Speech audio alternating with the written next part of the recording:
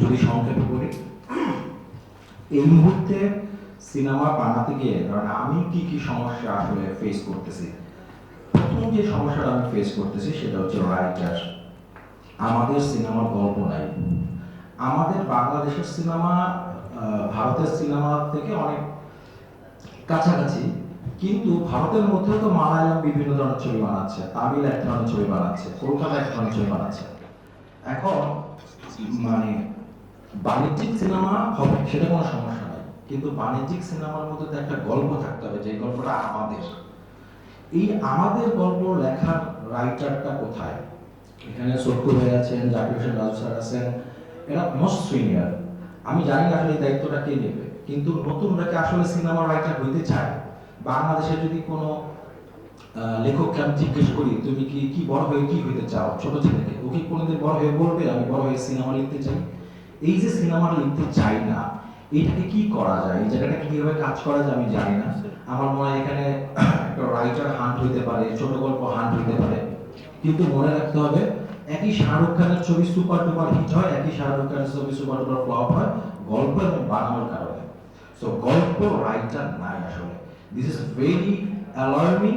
এবং এইটা যদি ফিক্স করতে না পারেন, আমাদের কপি সিনেমা ওই থেকে চক্কর থেকে আমরা বের হতে পারবো না।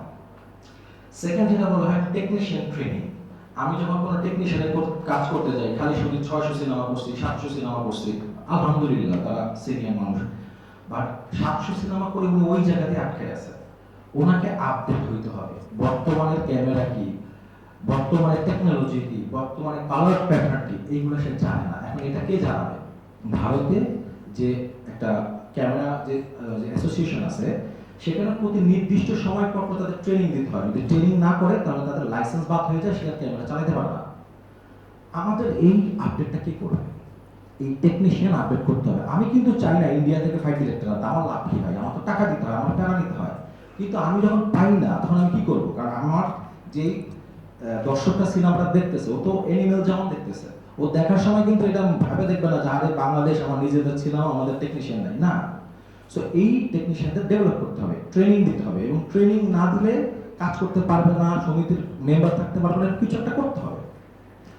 কারণ যেভাবে ইন্ডাস্ট্রি আগাই যেতেছে, এভাবে যদি আমরা না গাই, তাহলে 500 সিনেমা করছি, 700 সিনেমা করছি, গল্পে ঘুরতে হবে, আগানো যাবে না। একটা বড় সমস্যা আমি ফেস করতেছি, এটা সমাধান আমি জানি না, সিনিয়র আর্টিস্টরা কাজ করছে না।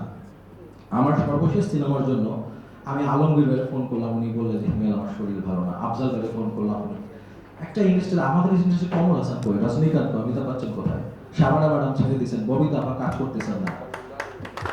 হিরো হিরোইন থাকবে, বাবা মা থাকবে না, দাদাদের থাকবে না আমাদের সিনেমায়, কোথায় তারা? কোন সিনিয়র আর্টিস্টরা কাজ করতে চাচ্ছেন না। কেন চাচ্ছেন না আমি জানি না, কারো হয়তো ব্যক্তিগত, কেউ হয়তো ভাবছেন কিভাবে কাজ করে, কেউ হয়তো কাজ করে যে আশা নিয়ে কাজ করতেছিলেন সেই আশাটা পাচ্ছেন না। সো সিনিয়র শিল্পীদের, কারণ একটা শাকিব খানের বাবা যদি আলমগীর হয়, একটা শাকিব খানের মা যদি ববিতা হয়, এটার যে ভ্যালু, এটা যে অ্যাডেড, এটা দরকার আমাদের স্ক্রিনে। এবং ওনাদের যে অভিজ্ঞতা, ওনাদের যে কি বলবো, ওনাদের স্টার জনদের তো আমরা ব্যবহার করতে পারছি না। সো আমার কাছে মনে হয় যে যারা আছে সিনিয়র, যারা আমাদের স্টার সুপারস্টার ছিলেন, তাদেরকে কিভাবে আমরা কাজ করতে পারি। এরপরে আসতেছে এফডিসি আধুনিকরণ, বা আমার একটা ছোট্ট ভিএফএক্স করতে, কালার করতে ইন্ডিয়া যেতে হইতেছে কেন?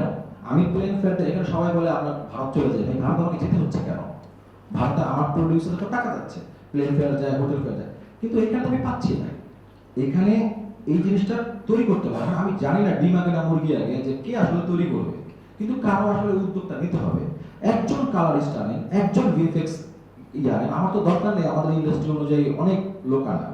এটা এফডিসি করবে নাকি প্রযোজক সমিতি মিলে করবে নাকি পরিচালক সমিতি করবে, বাট করবে না। এটা আমি প্রবলেম ফেস করতেছি, এই জায়গাটা সমাধান করতে হবে। এরপর একটা বড় চক্করের মধ্যে আমরা পড়ে গেছি, নন ঈদ। কি হইতেছে? শুধু ঈদ ঈদে সিনেমা হইতেছে। এখন শাকিব খান তো একটা দুইটা সিনেমা করতেছে, সিয়াম হয়তো দুইটা সিনেমা করতেছে, চঞ্চল ভাই তো ধরেন বছরে 10টা সিনেমা হইতেছে। এখন 10টা সিনেমা, তার মানে কি আমাদের ইন্ডাস্ট্রিতে এখন আসলে 10টা ডিরেক্টর দরকার, 10টা প্রডিউসার দরকার। এর মানে কি ডিরেক্টর থাকবে না? এর মানে কি টেকনিশিয়ান কাজ করবে না?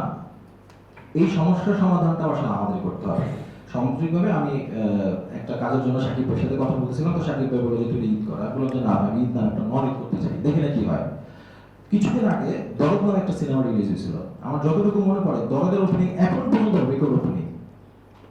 কারণ নন ঈদে যদি ভালো ছবি আনা যায়, এখন শুধু বছরে 2 মাস হল চলবে, বাকি সময় তো গরুর খাবার হবে ওইটা, কারণ বাকি সময় কিছু চালাতে পারতেছে না। এখন আপনি যদি বছরে ভালো ছবি দেন, তাহলে ভালো ছবি চলবে, হলগুলো চালু থাকবে। হল মানে কেন ফ্যান লাগাবে? ও চিন্তা করে 10 মাস বন্ধ থাকবে, এই ছিল দূরের কথা। এই সময় এসে অনেক হলে ফ্যান নাই। This is the reality. এখন আমি আবার ওনাকে দায় দিতে পারলাম ফ্যান নাই, উনি কিন্তু আমার যখন প্রশ্ন করে যাবে ফ্যান তো চলে 4 মাস, বাকি 8 মাস তো আমার চলে না, বিল দিব কোথেকে? সো এই যে ঈদের বাইরেও ছোট ছবি করা, অন্যান্য ছবি করা, এইটা খুব জরুরি। সাথে সিনেপ্লেক্স যদি থাকে তাহলে আসলে সিনেপ্লেক্সের এই প্র্যাকটিসটাও আসলে ছোট ছোট ছবি, আমার মনে হয় কি যে সপ্তাহে সাকিব খান করতে পারবে না, উনি বছর 3টা ছবি করলো, বাকি বছর কি হবে? ছোট ছোট ছবি করতে হবে। ছোট ছবি মানে 2 কোটি টাকা, 2.5 কোটি টাকা, 1.5 কোটি টাকার ছবি, 3 কোটি, এই ছবিগুলোর টাকাটা আসলে সিনেপ্লেক্স থেকে আসে। সো সিনেপ্লেক্সের সংখ্যা বাড়াইতে হবে। এই যে সমস্যাগুলো বলে আমি আসলে ডিরেক্টর, এর বাইরে যেগুলো অলরেডি কথা হচ্ছে, হলের এনভায়রনমেন্ট ঠিক করতে হবে, ই টিকিটিং লাগবে। আপনি যেটা বললেন অ্যাটলিস্ট কপি করে হলে ওই টাকাটা তো পাবেন, এখন তো ওই হিসাবটা পাবেন না। প্রডিউসার যদি না বাঁচে আসলে আমি ইন্ডাস্ট্রি বাঁচবে না। এন্ড গভর্নমেন্টের উপর সব আশা করলে হবে না। আপনি গভর্নমেন্টের বললেন গভর্নমেন্ট একটা ফান্ড দিল, সেই ফান্ড তো গভর্নমেন্ট অনুদানে দেয়, অনুদানে কি হয় আমরা জানি না, দেখতেছি না আমরা অনুদানে কি হয়, কেন হয়? সো গভর্নমেন্ট থেকে আমি টাকা আনলাম, আনার পর হোয়াট, এটা মনিটরিং কে করবে? সো সেটা একটা গুরুত্বপূর্ণ। এবং আমি মনে করি যে অনুদান এবং জাতীয় পুরস্কার এই দুটো নিয়ে স্বচ্ছ হওয়া উচিত। কিসের ভিত্তিতে আসলে পুরস্কার হচ্ছে? আমি আওয়ামী লীগ করলে আওয়ামী লীগ বলে পুরস্কার পাবো, বিএনপি করলে বিএনপি কারণে পুরস্কার পাবো, এই চক্র থেকে বেরোতে হবে। কারণ দিস ইন্সপিরেশন, আপনাকে একটা ভালো কাজের ইন্সপিরেশন হচ্ছে এই পুরস্কার। সো এইটা আসলে কিভাবে দেওয়া হচ্ছে, এই জায়গাটা সচেতন। যাই হোক, বাকি সব জেলায় হল হওয়া, বাকি আলোচনা সবগুলো করছেন, কিন্তু আমার কাছে মনে হইতেছে যে আমরা আসলে একটা চোরাবালির মধ্যে আছে, এই চোরাবালি থেকে সবাইকে একসাথে হয়ে বের হইতে হবে, এবং এটা যার যার ডিপার্টমেন্টের মধ্যে থেকে বের হইতে হবে। এই উদ্যোগটা চলমান থাকুক, এটা এখানেই শেষ না হোক, এটার ফলো আপ হোক। আমরা মন্ত্রীর কাছে যাই, প্রধানমন্ত্রীর কাছে যাই, আমরা নিজেরাও বারবার বসি, আমাদের ডাকেন, আমাদের বসি, আমাদের কষ্টের কথা বলি। সিনেমার কিন্তু 18 কোটি লোক, আমি সরি আমি টাইম নিচ্ছি অনেক, বাংলাদেশে 18 কোটি লোক, এবং এই দেশে কোনো বার নাই, ক্লাব নাই, পার্ক নাই, বৈধ অবৈধ একটা এন্টারটেনমেন্ট এই দেশে, সেটা হচ্ছে সিনেমা দেখা। আর একটা কি, রেস্টুরেন্ট চলো খাইতে যাই, যে দ্যাটস ওয়াই বিল্ডিং এর রেস্টুরেন্ট। তামিলে কত কোটি লোক, তেলেগুতে কত কোটি লোক, মালায়ামে কত কোটি লোক, এত অল্প লোক নিয়ে সারা পৃথিবী এরা লিড করতেছে। আমার সারা পৃথিবী লিড করার দরকার নাই, আমি আমার বাংলাদেশটাকে লিড করতে পারতেছি না কেন? সমস্যাটা কোথায়? সেটা আমার মনে হয় বারবার বসা উচিত, ফাইন্ড আউট করা উচিত। ধন্যবাদ সবাইকে। যেমন বিএফডিসি বলি আমরা, বিএফডিসি শিরোনাম আমাদের চলচ্চিত্র আজকের প্রেক্ষাপট। আজকের প্রেক্ষাপট সম্পর্কে চলচ্চিত্র নিয়ে কথা বলতে হলে বলতে হয়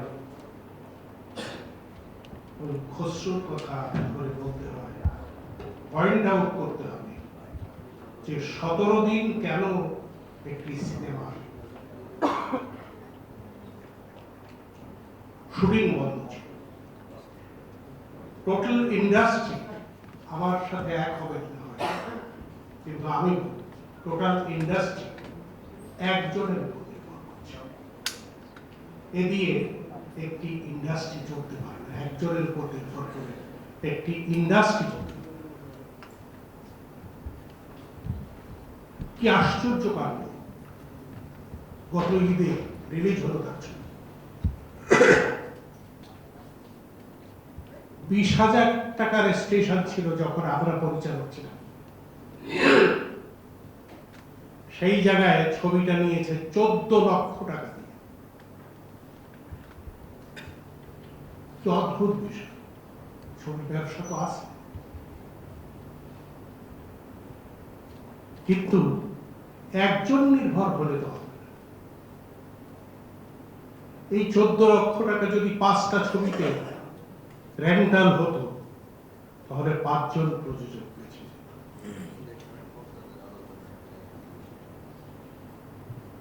হিমেল আশরাফের কথায় উঠে এসেছে আমাদের এখানে কালার অ্যানালাইজার, তারপর অ্যাকশন ডিরেক্টর, এগুলো বাইরে থেকে হায়ার করতে হয়। কেন? এখানে পয়েন্ট আউট করতে হবে যে কেন আমাদের দেশে 17 থেকে 18 কোটি মানুষ থাকা সত্ত্বেও এই সেক্টরে এত দুর্ভিক্ষ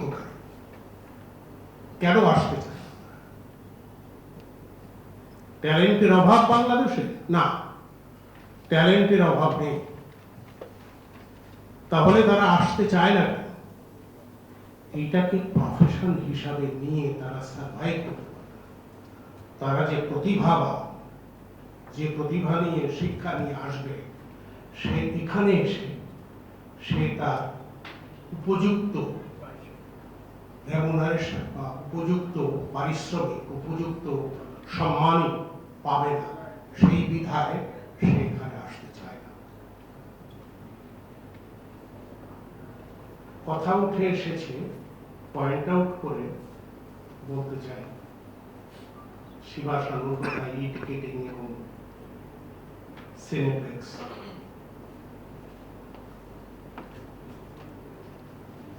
আমি যদি আপনাদের সবাইকে চোখ বন্ধ করে কল্পনা করতে বলি আর আমি বলতে থাকি, আপনারা কি ভাবতে পারেন এটা?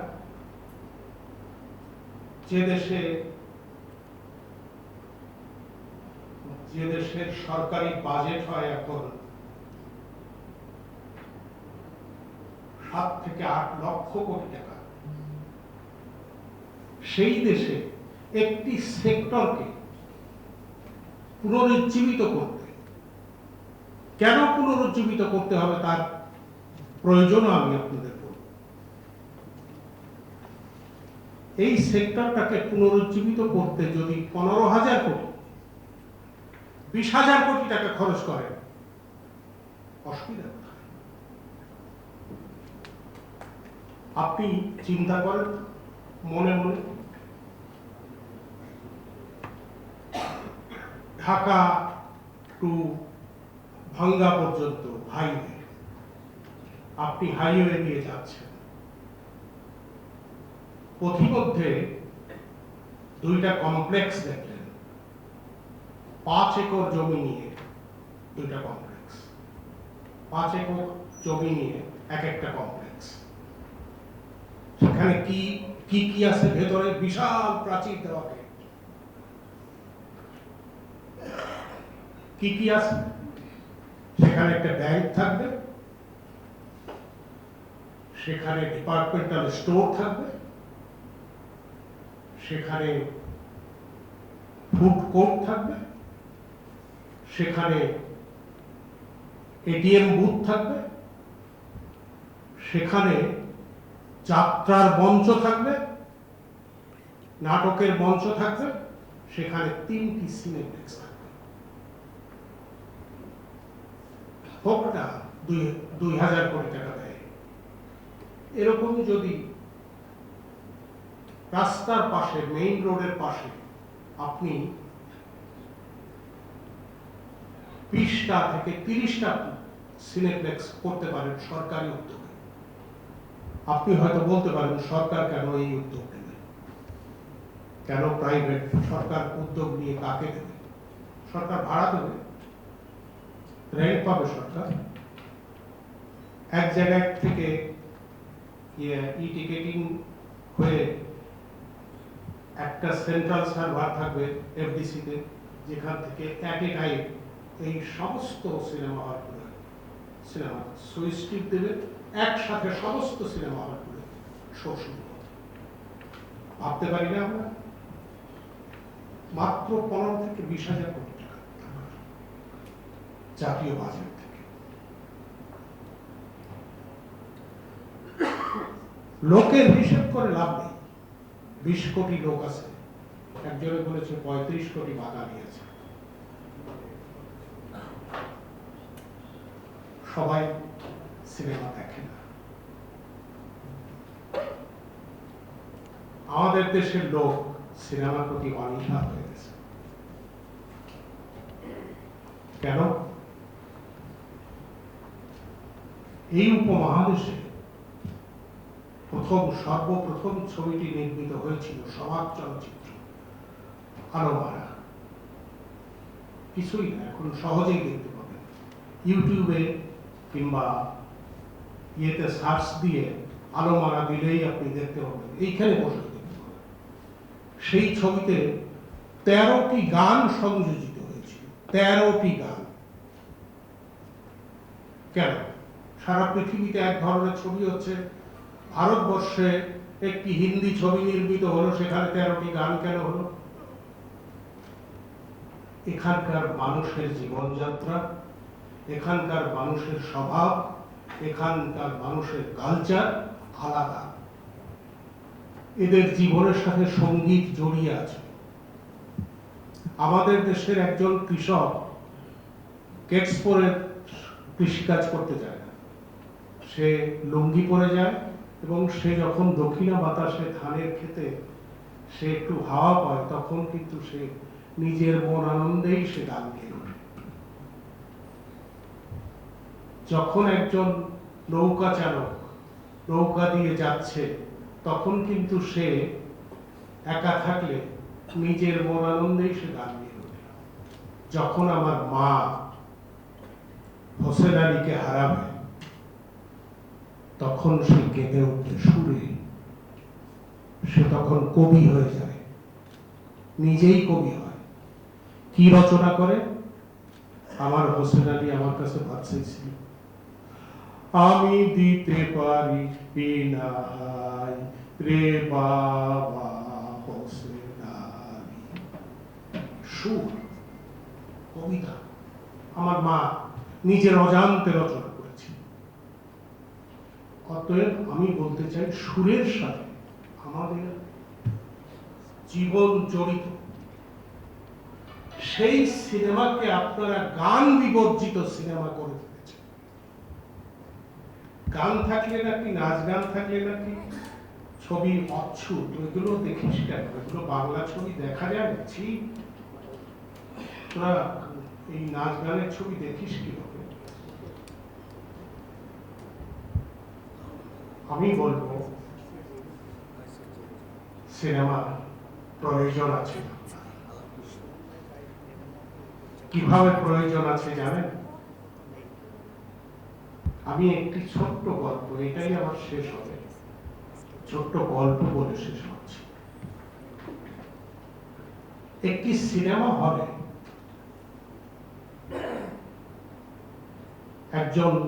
একটি সিনেমা চলছে। সিনেমার গল্পটি হলো এমন, সিনেমার গল্পটি, একজন বৃদ্ধ লোক হাটে গরু বিক্রি করতে গিয়েছে। তার মেয়ে অসুস্থ, এই গরু বিক্রির টাকা দিয়ে তার মেয়ের চিকিৎসা করবে।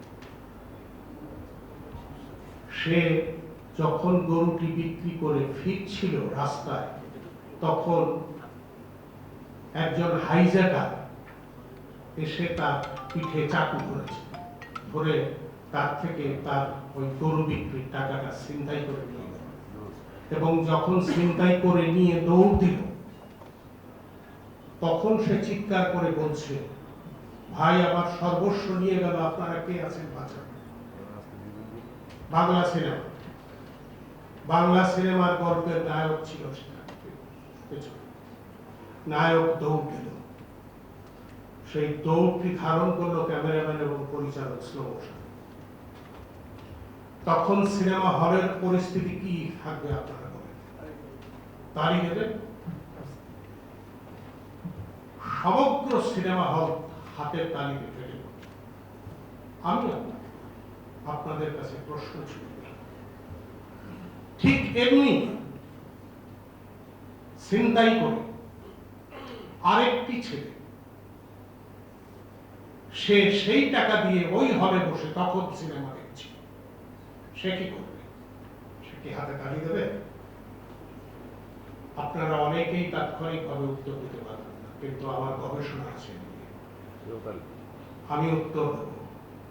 সে ওটা দেবে। সে কিন্তু ক্ষণিকের জন্য 3 ঘন্টার জন্য তার অবস্থান, তার সামাজিক পরিস্থিতি ভুলে গিয়েছে। তার সামাজিক অবস্থান, সে কোন বংশের ছেলে, তার মা অসুস্থ কিনা, তার পিতা ভাত খেতে পারে কিনা, সে সমস্ত কিছু ভুলে গিয়ে ওই সিনেমার প্রতি ইনভলভ হয়ে গেছে, নিজেকে জড়িয়ে ফেলেছে। সিনেমার যতটুকু ভালো সে গ্রহণ করেছে, সিনেমার যতটুকু খারাপ সে বর্জন করেছে। সিনেমায় কি শুনেছে? আমার বাংলা সিনেমার সেই গান বাজনার সিনেমায় সে কি শুনেছে? কিছু নীতি কথা, চিৎকার করে নায়ক বলেছে কিছু নীতি কথা। আমার সিনেমায় সে কি দেখেছে? তার মন আবেগে কেঁদে উঠেছে এক সময়, যখন নায়িকা দুঃখে কাঁদছে, কেঁদে কেঁদে গান গাচ্ছে, গান গেয়ে শাড়ির আঁচল নিয়ে হেঁটে বেড়াচ্ছে।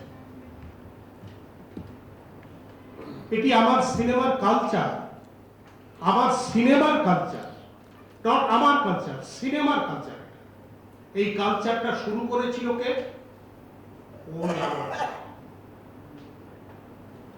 আলমারা আমাকে দর্শক তৈরি করে দিয়েছিল আমার উপমহাদেশে।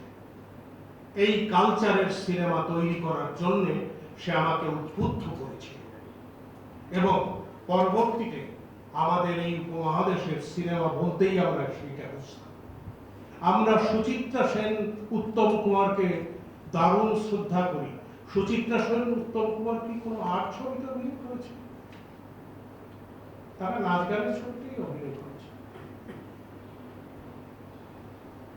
তো আমি বলতে চাই, সিনেমা শিল্প যদি ধ্বংস হয়ে যায়, ওই আবেগ তৈরির কারখানা, যে আমি 3 ঘন্টায় যাকে হলে নিয়ে শিক্ষা দিলাম, সেই শিক্ষার জায়গাটা তার বন্ধ হয়ে যাবে। দেশ বড় বিপদে পড়বে, জাতি বড় সংকটে পড়বে, এবং পড়েছে অলরেডি। কিশোররা আজকাল অপরাধ মানেই কিশোর জ্ঞান। কিশোররা কোন দেশে, পৃথিবীর কোন দেশে কিশোররা অপরাধী? বাংলাদেশে। কিশোর গ্যাং হয়েছে, কিশোররা আফিম খায়, কিশোররা ইয়ে খায়, ইয়াবা খায়, ফেন্সিডিল খায়। এই কিশোরদের মাথায় আমরা হাত বোলাতে পারিনি একটি সিনেমা দিয়ে। অভাব হয়েছে আমাদের সিনেমা, প্রচন্ড অভাব। সেই অভাব কিভাবে দূরীভূত করা যাবে সেইটা নিয়ে আজকের সেমিনার। আজকের সেমিনারে আমি বলেছি, সিনেপ্লেক্স প্রয়োজন। দেশে 15 থেকে 20,000 কোটি টাকা যদি একটা বাজেট থেকে, একটা বছরের বাজেট থেকে খরচ করা হয়, তাহলে অন্তত 30টা সিনেপ্লেক্স তৈরি হবে, এবং যেগুলো ভাড়া দিয়ে সিনেমা হল সরকার টাকা তুলে দিতে পারে, এবং যেখানে আমার শিল্প বেঁচে থাকবে, আমার যাত্রা শিল্প বেঁচে থাকবে, আমার সিনেমা শিল্প বেঁচে থাকবে, আমার নাটক শিল্প বেঁচে থাকবে, যেগুলো আবেগ তৈরির কারখানা, যেগুলো আমার বসিবদ্দির ছেলেকে টেনে নিয়ে আবেগ প্রবল করবে, তাকে হাসাবে, কাঁদাবে, তাকে ভালোবাসতে শেখাবে মানুষকে, যাকে নেশা দূরীভূত করবে নেশার থেকে। এবং এই নিয়ে, এই সিনেমা নিয়ে কথা বলতে গেলে ঘন্টাকে ঘন্টা বলা যাবে এই সেমিনারে। আবার পয়েন্ট আউট করতে, খসরুর কথায় উঠে এসেছে একজন প্রযোজকের কান্না। সতর্ক থাকতে হবে আমাদের সেই প্রযোজকের, যেন কাঁদতে না হয় ছবি বানাতে এসে। বহু প্রযোজককে দেখেছি কাঁদতে, ওই শিল্পীটা কেন? প্রযোজক সমিতির নির্বাচন নেই, প্রযোজক সমিতির ভোট নেই, তাকে শাসন করা, তাকে বয়কট করে দেওয়ার মতো কোনো লোক নেই, কোনো সংগঠন নেই। আমাদের জোরালো হতে হবে, আমাদের শক্তিশালী হতে হবে, আমাদের একত্রিত হয়ে ডিসিশন নিতে হবে কি আমরা করব। আমি সর্বপ্রথম বলবো আপনারা সবাই মিলে ছুটে যান সরকারের কাছে যে আমাদের মাত্র 15,000 কোটি টাকা আপনার বাজেট থেকে দেন, 20,000 কোটি টাকা দেন আপনার বাজেট থেকে আমাদের এই শিল্প দিচ্ছে। আপনার অনুদান দেওয়া লাগবে না, ছবির জন্য অনুদান দেওয়া লাগবে না, আপনি 20,000 কোটি টাকা দেন, সিনেপ্লেক্স আপনার ইনকাম হবে, দেশের লোক বাঁচবে, সিনেমা বাঁচবে। সবাইকে ধন্যবাদ। ধন্যবাদ।